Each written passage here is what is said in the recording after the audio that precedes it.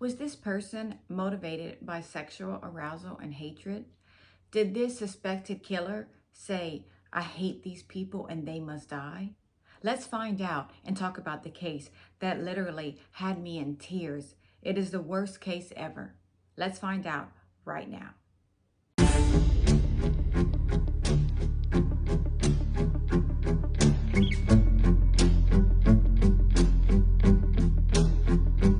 Good evening and happy Wicked Wednesday. Yes, it's me, Anne Marie, aka the Cajun Crime Queen from Carrico, Louisiana. Cajun born, Cajun bred, and when I die, I'll be Cajun dead. I hope after this video that y'all like, subscribe, and comment. And don't forget to press on that notification bell so you never miss a video from this Cajun cutie, Anne Marie. I hope y'all have a beverage. I hope y'all have a snuggle partner or a snuggle fur partner. Those are the best. And y'all are ready to hear a story from this Cajun cutie, Anne Marie. Now, we are going to be talking about, drumroll, Bryan Christopher Kohberger. He is the suspected killer of the 4 Idaho University students that happened back in November of 2022. They are Madison Mogen, Kaylee Gonzalez, Ethan Chapman, and Xana Carnotto. And as y'all all know, it just made 1 year that he was arrested. And just last week, they demolished the house on 1122 Kings Road in Idaho, where the murders took place. Bryan Christopher Kohberger was born November 21st, 1994 in Albright, Pennsylvania. He received his bachelor's degree from DeSales University in criminology. He received his master's degree in 2022 in criminal justice, and he was working on his PhD enrolled at Washington State University, where he was a teacher's assistant. Y'all, he was doing his thing. He was only 28 years old and he had so much under his belt already. Now, a lot of y'all are saying, God, how can this person who had everything under the sun, bright, had his whole future ahead of him, and wanted to do so much in the criminal world? He wanted to work in the criminal world some kind of way. Well, do y'all remember Ted Bundy, old Teddy boy? A lot of people think that a serial killer has this profile of being homeless, being a drug addict, having all these problems in the past, being a loner, not having any friends, not having relationships, their parents abandoned them. No, that does happen sometimes. But just like Ted Bundy, and I'm going to say Ted Bundy because when people think of a serial killer, the first person they say is Ted Bundy. He was a law student. He had girlfriends. His family loved him. He was out there doing his thing as well, but he was one of the most horrible serial killers that ever lived. Bryan was often seen at bars, just sitting alone and observing people, which is very creepy. And the staff often complained about him, which was another weird thing. He was very, very, very to himself, but very bright. And he conducted a survey while he was in school that read, "Before making your move, how did you approach the victim or target? Please detail what you were thinking and feeling," which is very disturbing because he wanted to see and feel what it would be like to murder someone. Now, a lot of people are saying, that's creepy, that's weird, red flag number 1. Oh, damn, I don't have my red flag. Anyway, that is a huge red flag, but y'all also have to understand, he was working on his PhD in criminology. So this was not out of the ordinary. I mean, I think it is in my personal opinion, but he was conducting a survey and he was in criminology. Maybe he wanted just to see and feel what people were thinking and why they committed these crimes. On November 13th of 2022, 4 Idaho students were found murdered and stabbed to death in a home. Kaylee, Madison, Ethan, and Xana. At around 9 p.m. the night before, Xana and Ethan are seen at the Sigma Chi house, which is about a 5-minute walk from their house on King Road. The other 2 roommates, Madison and Kaylee, are seen at the Corner Club. They stay there about 3 hours, and at 1:40, they are seen at a grub truck, just ordering some food, having fun, videoing, taking their last moments in. Oh, before I forget to tell y'all, Kaylee had actually moved out of the house already.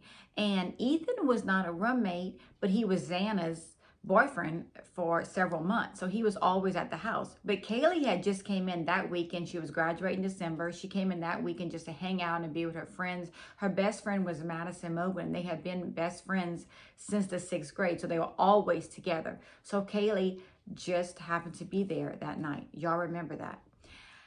And around 1:50, a car service picked Kaylee and Madison up, such as Uber, and they drove the 6 minutes to their house on King Road. Now, at 2:47 a.m., Bryan Christopher Kohberger's phone is turned off or in airplane mode. At 2:53, a car registered to Bryan Kohberger is seen on the highway traveling towards Idaho. Pullman, Washington, where he lives in Idaho, it's only about a 10-mile drive. And the highway that he was seen on, I guess through cameras, was is connected to Pullman, Washington, and Moscow, Idaho. And at around 3:29 a.m., the suspect, Bryan Kohberger's car, is seen making several passes in front of the victim's house. Actually, after he was seen at 3:29 for the first time, he was also seen the next 30 minutes passing twice in front of the house. Why? We do not know. I don't know if he was having cold feet. I don't know if he just didn't want to do it. I don't know if he was waiting for the lights to be off. I don't know if he was waiting for someone to maybe see him, or he was waiting for someone at the house that was supposed to meet him. I don't know, but he was seen circling the house several times that night. No murder weapon was ever found, but there was a knife sheath that was found under Madison Mogan's body. The suspect, Bryan Kohberger, may have left it there. In my opinion, that is where his killing spree started, because what do you do when you go to hurt somebody or bring a weapon? You're gonna, wherever you murder somebody first, you take the knife out of the knife sheath and you start it. And you know, since the knife was found under, the knife sheath was found under Madison's body, maybe she was the first one and he couldn't find it as he wanted to walk out of the house, so he didn't realize it was under Madison's body. Now, in my opinion, the two targets that I think he was going after, one of them, but Madison or Kaylee. He followed both girls on Instagram. I think that one of them was a target, or maybe both. Who knows? Because he had messaged one of them. The cops aren't telling us who. He had messaged one of them on Instagram several times. And it was nothing crazy. It was like, "Hi, how you doing? How's your day going? You want to get to know each other?" Just things like that. Now, a graphic designer did a 3D model of what they think may have occurred that night. I'm going to read it to y'all right now. At 4 a.m., Xana receives a DoorDash order that is contactless and is just dropped off at the door. And around that same time, the surviving roommate said she heard something sounded like Kaylee was playing with her dog Murphy on the 3rd floor. And around 4:09, the suspect, Bryan Kohberger, enters the house on the 2nd floor. Around 4:12, police say that Xana is up and on the TikTok app. Bryan Kohberger enters the house, goes directly to the 3rd floor. This is what the police are saying. We don't know exactly what happened, but I watched a graphic designer do a 3D video on this. He enters the house. He goes straight to Kaylee's room, it looks like, and sees that the only thing in her room is her dog, Murphy. He goes across and he goes to Madison and Mogan's room and sees that Kaylee and Madison are asleep in the same bed. The suspect then brutally stabs them, and a knife sheath is found under Madison Mogan's body with DNA on it. We think, I'm not a police. The police think that Kaylee or Madison, one of them was the main target, they believe, because he followed both girls on Instagram. And Kaylee had complained about a stalker several times to people, but she didn't know who it was because she had never seen him before, but she started seeing this person all around where she would go. Then the suspect, Bryan Kohberger, heads down to the second floor. In my opinion, Xana and Ethan, he killed them by chance. He didn't want any witnesses, and I think Xana and Ethan maybe saw him as he was coming down the stairs, and they just happened to be brutally stabbed and murdered. Around 4:17, neighbors said they heard a thump, and it sounded like crying or whimpering coming from the house. And around 4:18, the surviving roommate said she heard somebody's voice say, "It's okay, I'm here to help you." And around 4:20, the suspect, Bryan Kohberger's car, is seen leaving the neighborhood at a very fast pace. Around 4:48, the same morning, Bryan Kohberger's vehicle is seen traveling back to Pullman, Washington. Same vehicle that's registered to him. And about between 9:12 and 9:21 a.m., Bryan Kohberger's car is back at 1122 Kings Road, circling the neighborhood. Now, as we all know, including Ted Bundy, I'm going to bring him up again, Jeffrey Dahmer, son of Sam, Derek Todd Lee, Ronald Dominique, a lot of serial killers, they want people to know what they did. They want to know, that they want to see what they did. They want to take a trophy. They want to look around and say, God, this is what I did. Or did the suspect mean to leave that knife sheath there so people can say this is what they found, he knows it's his? I don't know, but a lot of them want to go back to the scene. Several serial killers do this because they want to see what is going on and if people are there yet. But that's where his car was seen. And the surviving roommate, Dylan, later came out to say that she was hearing all these noises. She went out of her room 2 or 3 times to check what was going on and didn't see anything. So she heard whimpering, she heard crying, but she heard noise, thought it was Kaylee playing with a dog. She didn't think anything of it. And she said that a suspect, a person, I'm calling it a suspect, she opened the door the 3rd or 4th time to see what was going on. And a person dressed in all black with just his eyes, he had a mask on and just his eyes was showing, they looked at each other. He just walked past her and left. She was frozen in shock. She closed the door, locked it. And she said the only thing that she really remembers, that he had very, very bushy eyebrows. Now, a lot of you are thinking exactly what I was thinking. Why would it take a roommate to call 911 8 hours later? Why wouldn't the surviving roommate, Dylan, see this stranger in her home and not call the police and hearing all these noises? We have to remember, y'all, these are, number one, these are kids. They don't think like adults. It's a party house. They have people in and out constantly. You know, like I said, it was a house that sometimes the police would get complaints and the roommates weren't even there. There were hundreds of people going in and out of that house. There was so many people partying and having fun because it was a college house. It was a party house. It was fun. They were doing their thing. So when Dylan sees this person, this stranger in her house, she's not the only roommate. So she thinks, well, maybe that person was here to see somebody else and they just left. But she was worried enough, in my opinion, that she locked her door thinking somebody's in the house.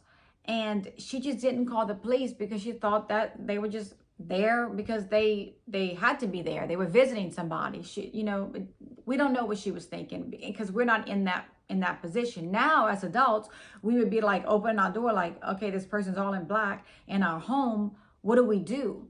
We're going to call the police. We're not going to say, well, I guess this person's supposed to be here. We don't know. No, we're going to call the police right away. But it was a party house. She was a young girl that was used to seeing strangers in the house. When the cops arrived at the home, y'all, this is hard for me because, as y'all know, I have a 20-year-old niece in college and I have an 18-year-old daughter in college. So this hits home for me because it could happen to anyone. You never know. Just give me a second. When the cops arrived, the house was bleeding. The house was bleeding. There was so much blood that the whole house was covered in blood. Do you know how terrifying this was for the roommates that found them.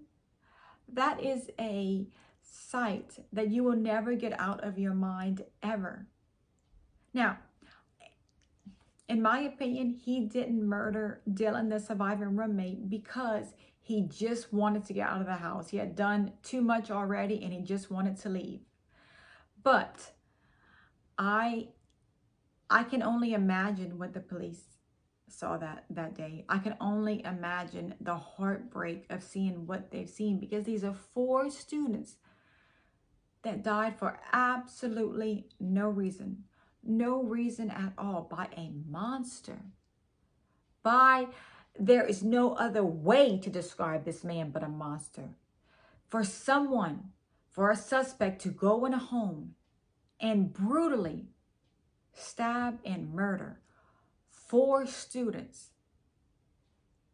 It's the work of the devil, y'all. It is the work of the devil, in my opinion.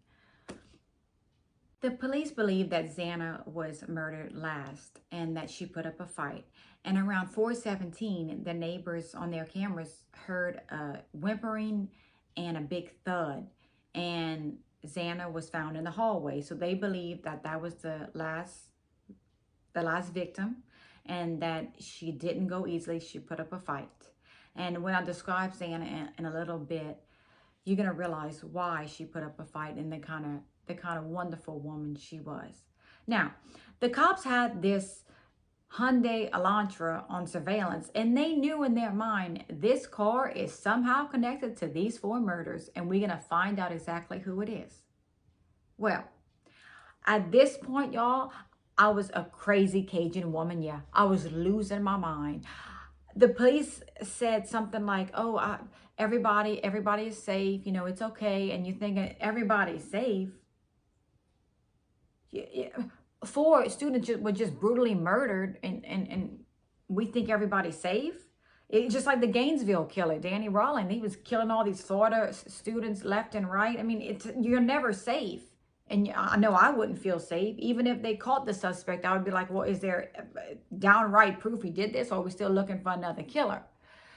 I was just, when November and December just kept getting further and further, I was going crazy.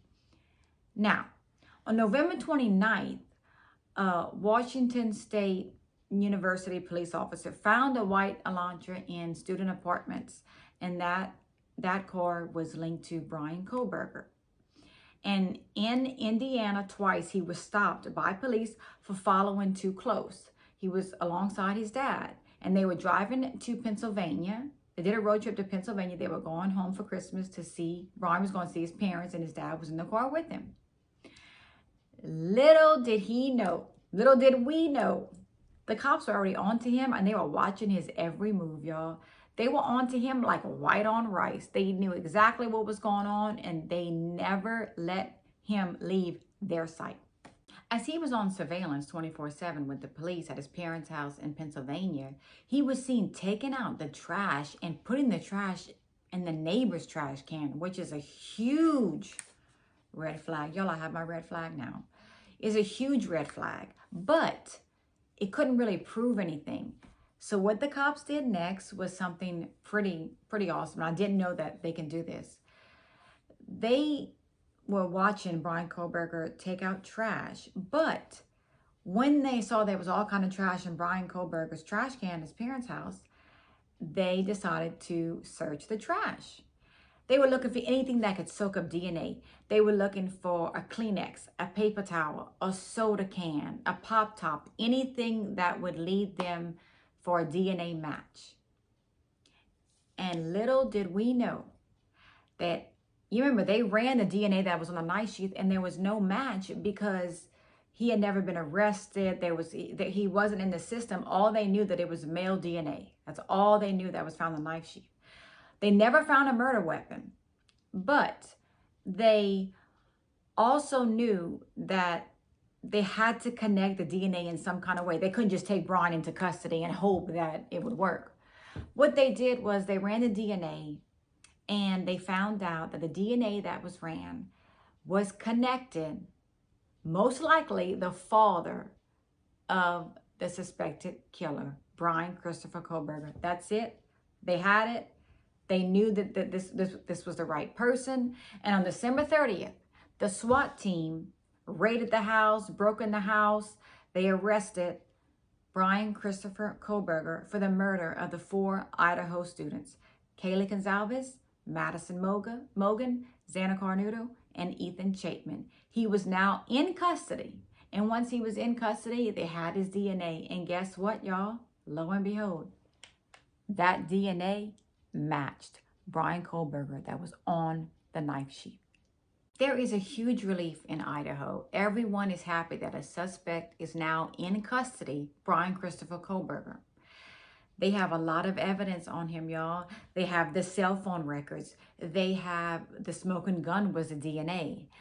They had the car. I mean, they had so much evidence against him that everyone is saying there is no way he's going to get off. There's no way. There is way too much on him for him to get off of this. There will never be justice. A lot of people think that, but why? Why is the question? What motivated the suspect to kill and murder 4 students? And if he doesn't admit to it, if let's just say he's sentenced or he's put to death, will he ever admit it? And if he does admit it, tell us why, y'all. Tell us why so we know. We know exactly what happened and why, because there's absolutely no reason, no matter what the suspect says, there was no reason to brutally murder 4 students for absolutely no reason. Nobody was SA'd. Nobody was beaten. It was just like knife wounds, brutally. Like, just crazy to me. But, y'all, the defense is going to poke holes. And the new details that I heard was that it was a party house. We all know that. We all know that it was a party house. But is it, I mean, what if the defense says something like, well, yes, of course his DNA was there. He was always there. Well, the knife sheath that he had, he sold it to somebody else and DNA stays there for a while. So it was that person. Okay. And the car, Bryan Kohberger's car that's registered to him, somebody could have stolen it that night and used it. And we just don't know. Or he had a friend borrow the car.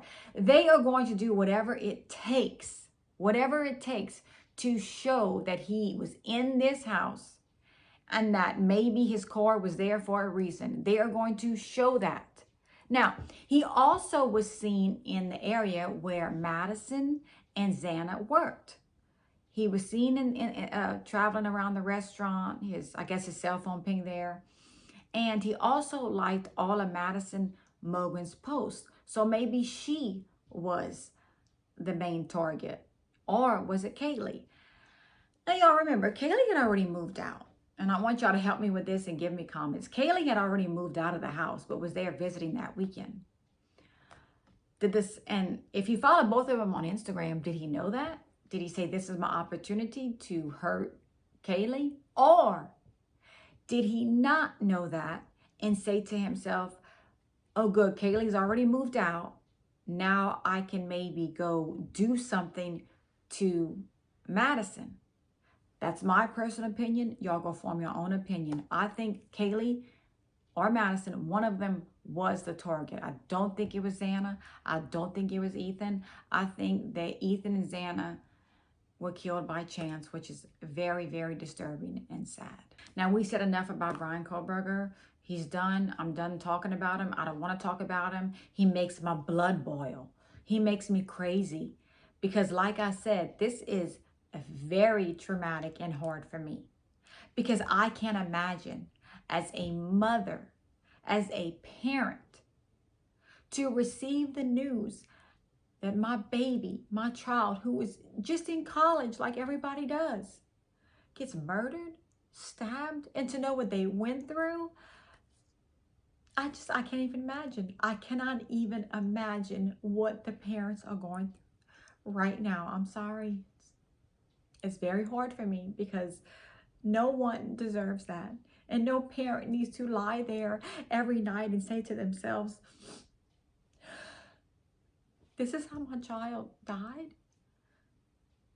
It wasn't like a car accident. It wasn't that they fell off a cliff, but someone intentionally murdered them for no reason. Went in there and intentionally murdered them. I want to now talk about the 4 beautiful victims.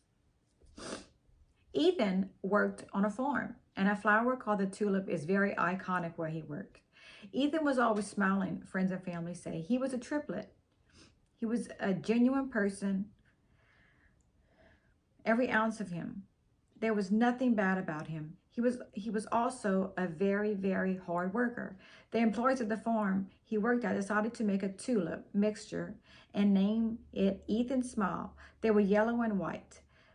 There are now scholarships organized by the University of Idaho and Sigma Chi fraternities in Ethan's name. Xana Carnoodle was a loving and happy girl. Ethan was her first boyfriend, friends say.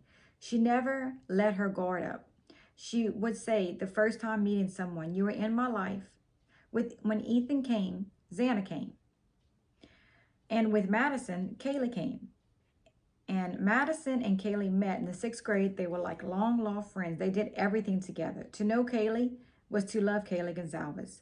She was always there for everyone and very protective of her friends and family. She was always in everyone's corner. She was the voice of anyone that didn't have a voice. Kaylee loved her dog, Murphy. That was her life. Madison was described as an angel with her favorite color of being pink. She wore pink all the time, even pink cowboy boots. She was beautiful and funny. Kaylee and Madison had a bond like no other. I wish I had a friend like that. Everybody does. This was very sad, y'all. This was very sad. And it makes my heart full and my heart happy because several things are being done in the students' names, and that's what I really enjoy, and that's what I really like seeing, because they'll never, ever, ever be forgotten. I want y'all opinions on the demolished house. A lot of people think it shouldn't have been demolished. A lot of people think it should be demolished and maybe make a memorial of some sorts in that piece of land. My final thought, you know, I always come to y'all with my final thought. I 100% believe that Bryan Christopher Kohberger is the murderer of the 4 University Idaho students. No question. I 100% believe it was him. There was so much evidence on him. The phone, the car, the DNA, everything points to him. I do believe this was a sexually motivated case. I do believe that he went to maybe do something to Kaylee or Madison because, as we all know, Kaylee Gonzalez had the most injuries to her body. Was it because he was rejected by her and he was mad? Was it because he went in there to do something to Madison and saw Kaylee was in there and made him mad? What was the reason? And his trial starts in June of 2024. And I can promise y'all this, I've never been to Idaho. I heard it's a beautiful state. But if I can, I am going to be at that trial every single day. And every single day that I'm there, if I can get in, we are going to discuss the case and exactly what's going on with this case. Because the defense is going to try to poke holes in the prosecution. There's no question. I also think that a lot of people are saying, like I said earlier, he just wanted to be a serial killer. And by chance, he went into this house, he picked a house, and he went inside and killed 4 people because it takes 4 people to become a serial killer. Do I think that? No. I think that was the reason. I think the reason was he was out to get one of the roommates, and just by chance, he murdered everybody. That's just my personal opinion. I hope that y'all enjoyed today's video and that y'all like, subscribe, and comment. And don't forget to press on the notification bell so y'all never miss a video from this Cajun cutie, Anne Marie.